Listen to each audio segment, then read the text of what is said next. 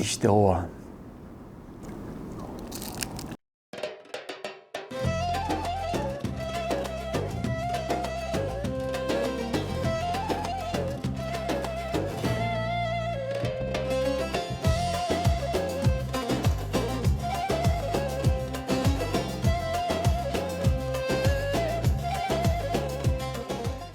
Şimdi Türkiye Cumhuriyeti topraklarında bol çeşitli, bol kültürlü bir masa görmek istediğinizde tabii gastronomide uzman olan bir kente gitmeniz lazım. Bu da neresi?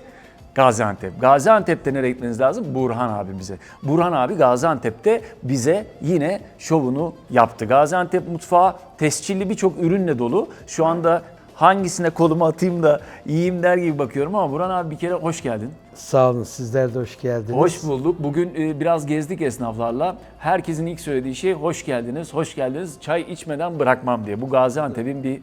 Daha yemek vaktiyse de sizi yemeğe bırakmazlar. Burası Antep. Şimdi Gaziantep'teki aslında kültürde şöyle, eğer misafir ne kadar yemeği çok yerse o kadar memnun olmuş demek. O da o kadar mutlu demek. Ne kadar az yerse o kadar mutsuz olmak demek. Onun için sizin burada yediğiniz yemeğe göre karar vereceğiz. Abi bir şeye karar vermemize gerek yok. Yani şu güzellikler zaten bir Şampiyonlar Ligi. Neyden başlasak burada? Şimdi bu lahmacunlar var burada, ateş ediyorlar. Burada bir patlıcan kebabı var. Şimdi Gaziantep'te aslında yemeklerin de bir mevsimi var.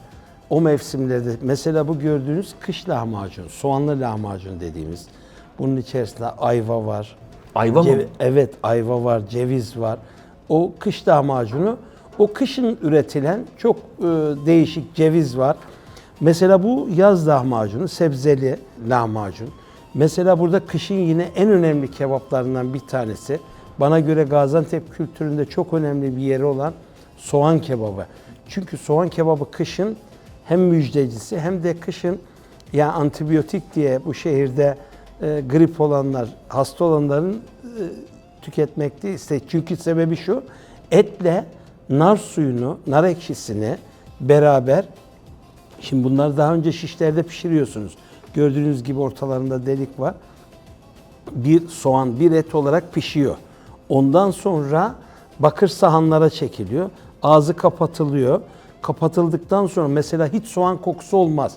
Bu bana göre Gaziantep'in en güzel kebaplarından ve kışın mevsim olarak kışın yenilecek en güzel kebaplardan bir tanesi. Şimdi Burhan abi bu soğan kebabındaki arada yediğim, ne diyeyim ben buna? Şöyle Nar ekşisi. narın ekşisiyle tatlısının beraber kaynatılarak pekmez haline yani katı hale getirildikten sonra biz bunları şişeliyoruz.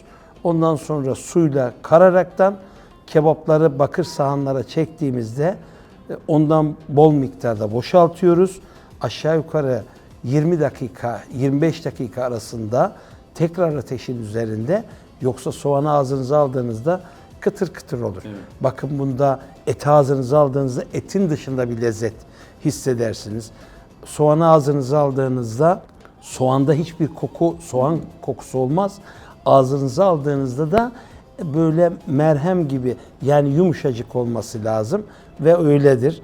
Ama ne sert ne de yumuşak olacak. Çok yumuşarsa yine özelliğini kaybetmiş demektir. İkisinin ortasında olması lazım, kıvamında olması lazım. İnanılmaz bir şey. Çünkü bu eti ağzıma attığımda büyük olmasına rağmen dilimle damağımla eziyorum.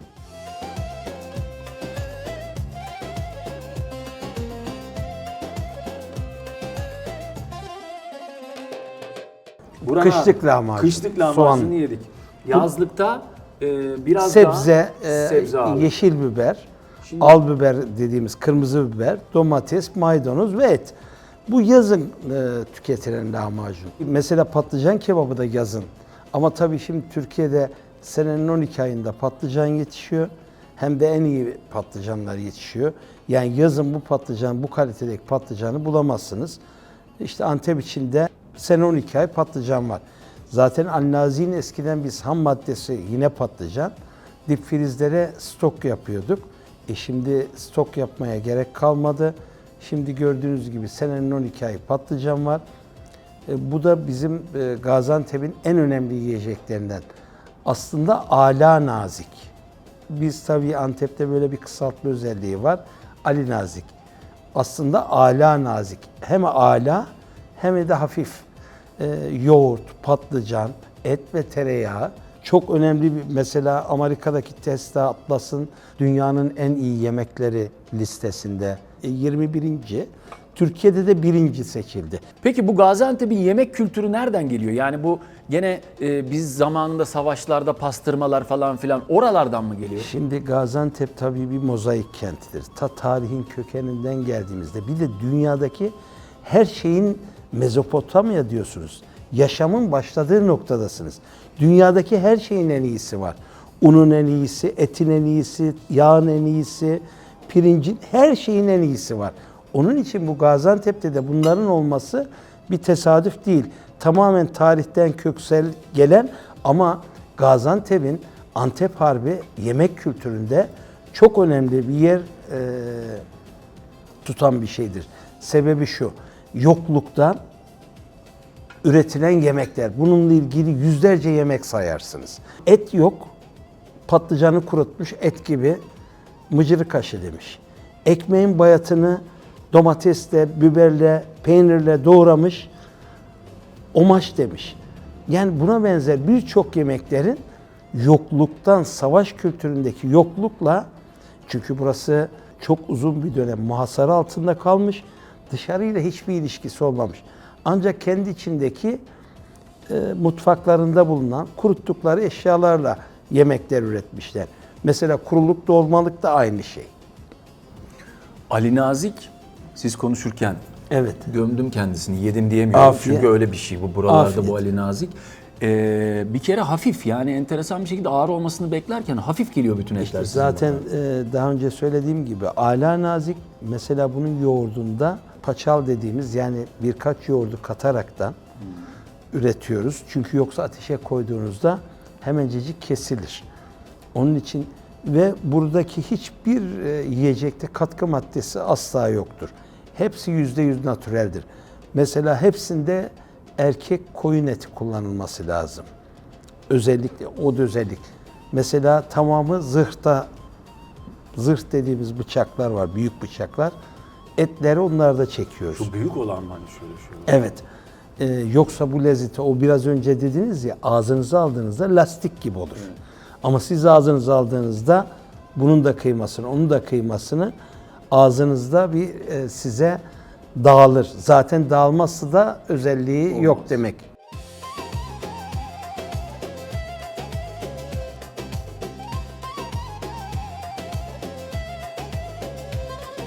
Bu pizza gibi şey.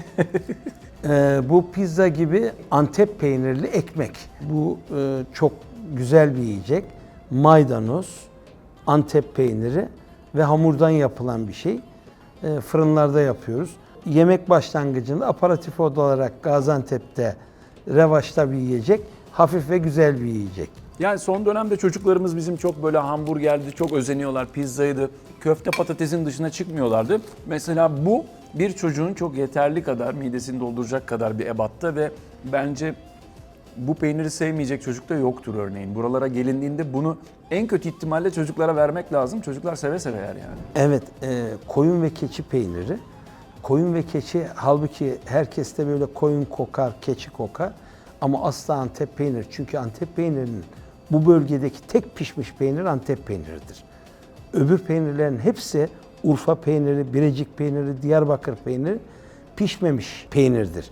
Gaziantep peyniri hem yapılırken pişmiştir, yapıldıktan sonra da tekrar sıcak suyla kaynatılaraktan üretilen, onun için çok farklıdır. Yani Kıbrıs'ın hellimine de benzer ağzınıza aldığınızda ama daha tuzsuz, daha lezzetli ve daha yağlıdır.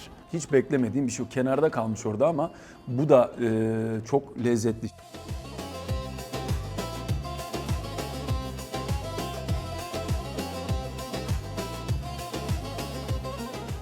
Gelelim patlıcan kebabımıza. Evet. Normal şartlar altında illerde biraz mevsimler lezzetleri etkilediği için buradaki patlıcan artık seralarımızdan dolayı diye düşünüyorum. Kaliteli seralardan dolayı 12 ay lezzetli patlıcanlara erişebiliyoruz. Böylelikle patlıcan kebabını 12 ay servis edebiliyoruz. Şimdi patlıcan kebabı önce ilk çıkan Birecik patlıcanı.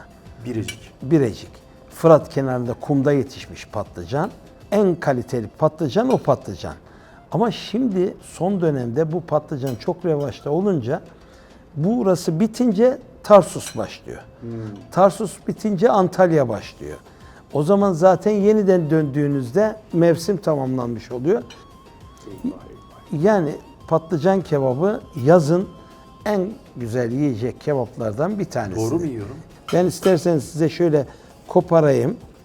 Şöyle arasına Hayda. Ben bunun hepsi büyük geldi bana şimdi. yarısına Tamam. şey yapalım. Bu patlıcanı Evet. koydum içine. Bu Evet. patlıcanı da bıraktım içine. Aynen öyle. Eyvah. Üzerlerine de etleri koyacağız. Ama muhakkak domates koyacaksınız. Muhakkak domates de alalım şuradan. Muhakkak domatesi. Evet abi. Çünkü bunun en büyük yakışanıdır domates. Onun üzerine tuz, karabiber. Şimdi bu kadar iller arasında yemekle ilgili, gastronomiyle ilgili yarış var desem yalan söylemem diye düşünüyorum. Gaziantep'in bu konuda başkenti olduğunu söylesek pot kırar mıyım acaba? Yani Antep'te tabii ki bunu yalnız şeyde değil, Amerikalı bir Paula Wolford diye New York Times'ta falan da yazan çok ünlü bir yemek editörü vardı. O demişti ki dünyada şehir mutfağı olarak Gaziantep'ten daha büyük bir mutfak yok demişti. Onlar ülke mutfağı demişti. İtalya'yı, Fransa'yı saymıştı. Ben hatta hayret etmiştim. Hakikaten baktığımızda 500 çeşit yemeğin olduğu bir mutfak ki dünyada böyle bir mutfak yoktur. Yani Gaziantep bu konuda atı sürüyor. Şu anda da dünyanın birçok yerinden özellikle bu Ali Nazik için gelen benim müşterim var. Yani hem de bir günlüğüne gelip yeniden dönüp burada ama Gaziantep'in son dönemde belirli bir kültür oluştu. Şimdi sabahleyin adam Gaziantep'e uçakla geliyor İstanbul'dan. Sabahleyin beyran yiyor. Öğleye doğru katmer yiyor. Öğleye vakti bize geliyor. Bütün bu kebaplardan yiyor. Üstüne de baklavasını yiyor. Paketlerini de alıyor. Evin iaşelerini de alıyor. Uçağa binip gidiyor. Bu tür Gaziantep'e konaklamalı gelen hafta sonları çok yoğun. Hafta arasında da günübirlik gelip gidenler daha ağırlıkta. Ama hafta sonları gelenler genellikle cuma, cumartesi. Yani bu gastronomi kültürü Gaziantep'te çok iyi tuttu. Şehrin şu andaki turizmdeki en önemli ögesi. Bir de Gaziantep'in başka bir özelliği daha var. Şimdi buradan Urfa'ya gidiyorsunuz 1,5 saat. Buradan Maraş'a gidiyorsunuz yarım saat. Adana'ya gidiyorsunuz 1,5 saat. Mersin'e gidiyorsunuz 2 saat. Adıyaman'a gidiyorsunuz 2,5 saat. Yani her yerle tam göbekte.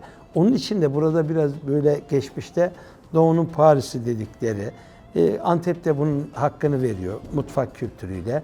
Gaziantep'te hiçbir yerde kötü bir şey olmaz. Yani muhakkak kalitelidir. Hepsi de son derece itinalıdır.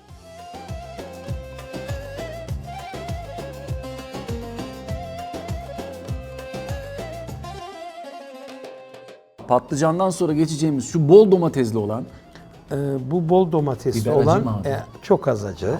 Şimdi bu ezmeli kıyma kebabı yazın en revaçta kebaplarından. ezmeli kıyma kebabı. Evet ve ezmeli kuşbaşı kebap. Şunlar kıyma kebabı. Özellikle Gaziantep'li bunu en çok tükettiği kebaplardan onu domatesle beraber Alıyorum. almalısınız. Alıyorum, aldım. Çünkü lezzeti daha iyi hissedebilmeniz için. Yaz domatesleri de daha güneş gördüğü için daha olgun, daha lezzetli. Hatta böyle karlanmış gibi domatesin yüzüne buğusu çıkar.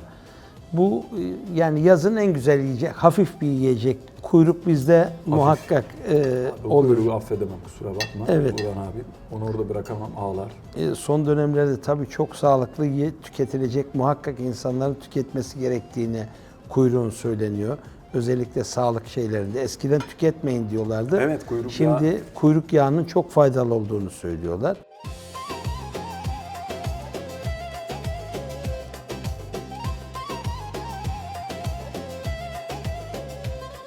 Bu tombişler fıstıklı. Bu kış kebabı yine.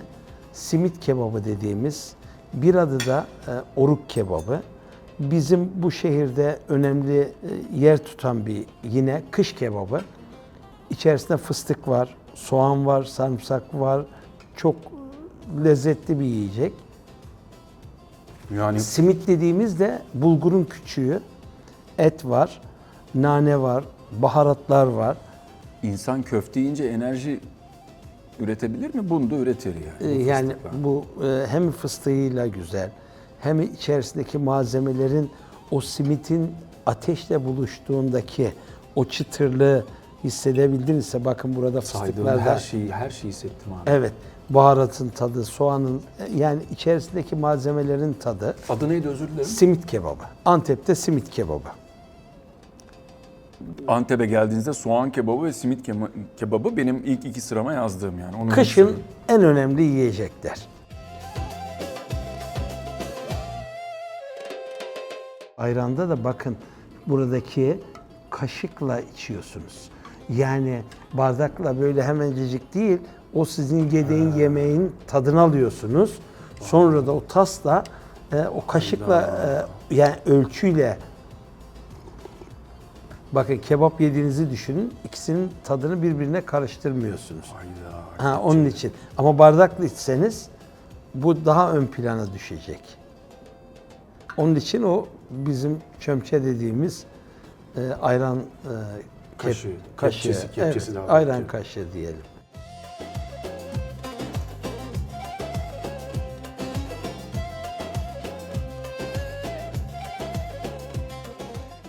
Mükemmel bir yemeğin ardından tabii ki de Gaziantep'te bu işin Premier Ligi geliyor. Tatlılar.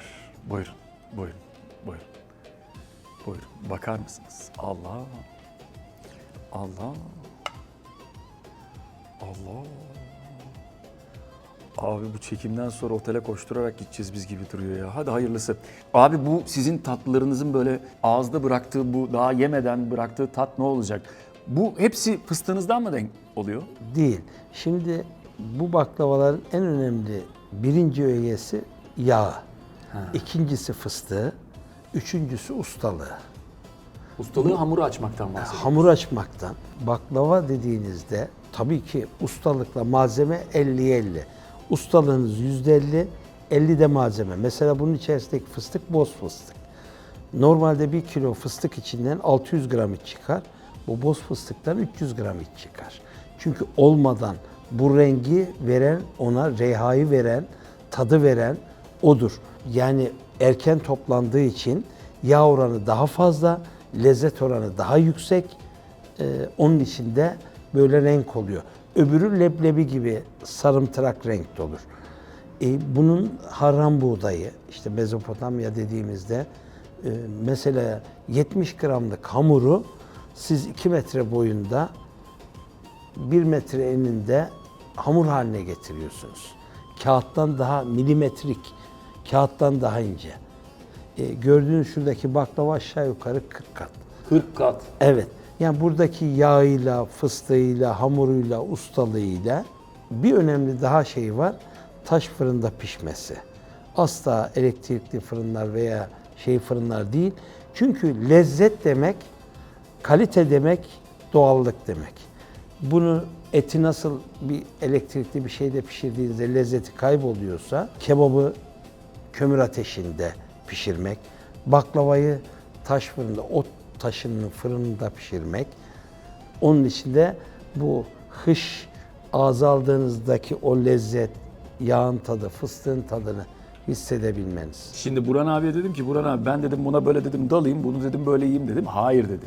Buraların baklavası öyle yenmez dedi. Dedi ki önce kağıdından tutacaksın Havuç dilim. havuç dilimi, sonra ters tutacaksın dedi. Ters tuttuktan, neden ters tutuyoruz abi? Altı damağa gelecek, üstü dilinize gelecek.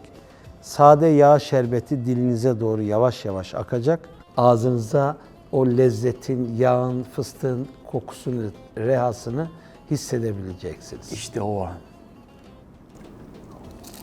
Bak ses de çıktı.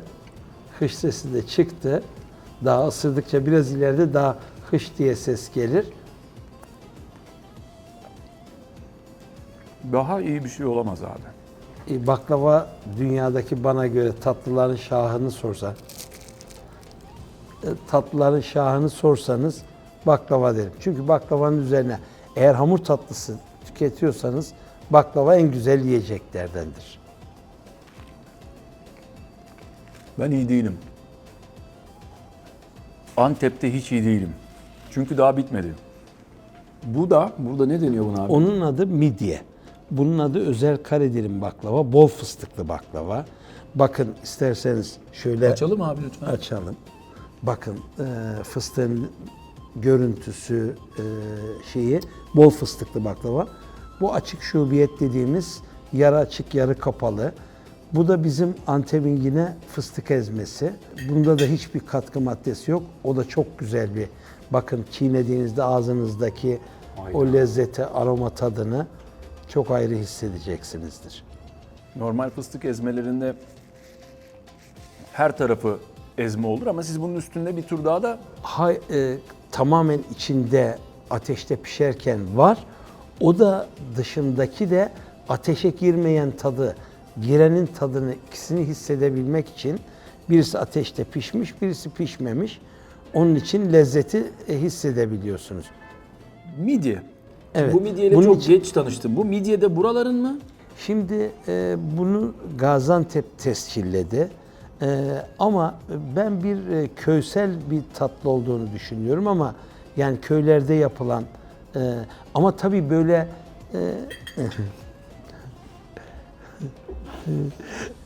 böyle kaymak, fıstık, genellikle cevizle yapılan şeklinden dolayı da midye diyoruz. Özür diliyorum sizlerden. Kusura Burada bakmayın. da dolama var. Bu da fıstık dolama. Ben midyenin hastasıyım abi. Afiyet olsun. Yani evet baklavayı yiyebileceğimiz en güzel noktadayız ama bu son 5 senedir falan bu midyeyi kovalıyorum abi. Bu midyeyi de... Bu nasıl bir midye abi? Afiyet olsun. Daha hafiftir. Baklavaya göre yağ oranı daha azdır. Baklavada yağ oranı biraz daha fazladır. Bunda yağ oranı daha hafif, şeker oranı daha az. Biraz daha light diyelim. Evet, yenmesi Baklavayla kolay. ama hiçbir şey bana göre baklavanın verdiği lezzeti, hiçbirinde baklavanın verdiği özelliği bulabilmek. Baklava usanmak olmayan bir tatlı.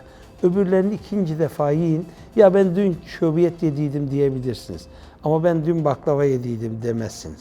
Çünkü baklava Evet. tamamen ayrı bir lezzettir. Öncelikle Evet. sizlere çok teşekkür ediyorum. Bana bu zevkleri Afiyet olsun. Tattırdığınız Sağ- için- Sizin de ayağınıza sağlık. Biz her zaman bekleriz. abi Antep'e gelinmez Ama mi ya? ağzınızda o tat kalsın. Kalsın. Bence Kalsın, de hep üstüne. kalsın ya. Hiç Evet. çıkmasın. Bak sesler duyuyorsunuz değil mi? Çünkü baklava hem kulağınıza hükmetmeli, hem damağınıza hükmetmeli, hem gözünüze hükmetmeli. Tek duyuyla değil, 3 duyunun bir arada olduğu olmalı. Nokta.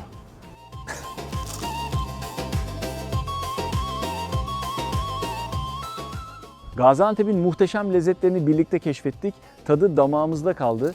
Ama bu kadim şehrin hikayesi sadece yemekten ibaret değil. Antep'in nasıl gazi olduğunu, Zeugma'nın büyüleyici mozaiklerini, asırlık Tahmis kahvesini ve Rumkale'nin nefes kesen manzarasını merak ediyorsanız 80 dakikalık Gaziantep belgeselimiz şu an kanalda yayında. Şimdi ekrandaki pencereye tıklayın, akıllı TV'lerinizin karşısına geçin ve bu tarihi yolculuğu kaçırmayın.